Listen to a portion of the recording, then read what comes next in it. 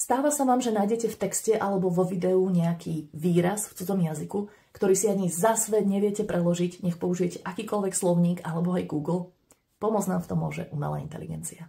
Požiadala som ChatGPT. Vysvetli mi prosím význam frázy at that v tejto vete. What an absolute clown and a dangerous clown at that. Najmä tomu, že som ho videla niekde a vôbec neviem, že prečo to tam at that na konci je. Pozrite sa, aké krásne vysvetlenie mi ponúkol.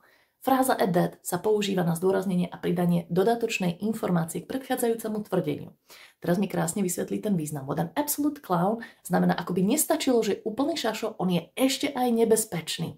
A teraz mi krásne vysvetlí ďalej, čo to všetko funguje, takže nielen ho preloží, ale aj povie, táto fráza zdôrazňuje druhú časť vety ako dôležitý dodatok. Takže navyše je aj nebezpečný a to práve at that podčiarkuje.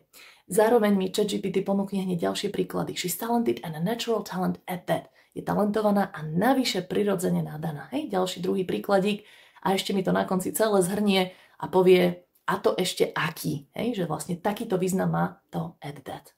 ChatGPT nám ponúka úplne fantastickú skratku pri učení sa slovnej zásoby v akomkoľvek jazyku, pretože ho nemusíme vyhľadávať v slovníku a teraz domýšľať si, že ako by sme to asi aplikovali na tú našu vetu. Lebo v slovníku že nájdete nejaký iný príklad a nejako opisne povedané, že čo to asi zhruba je, alebo aj na Google nájdete iné vety, ale nikdy nenájdete presne tú svoju vetu, ktorú ste vy videli niekde v texte alebo vo videu.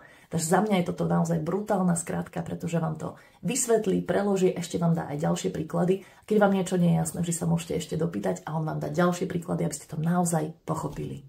Určite si to vyskúšajte sami v praxi, nemusíte sa dokonca ani registrovať na ChatGPT, vyskúšať si to môžete úplne zadarmo, stačí, že nájdete niekde nejaký výraz, napíšete to takto krásne po slovensky do ChatGPT a uvidíte, ako krásne vám vysvetlí, ako to funguje.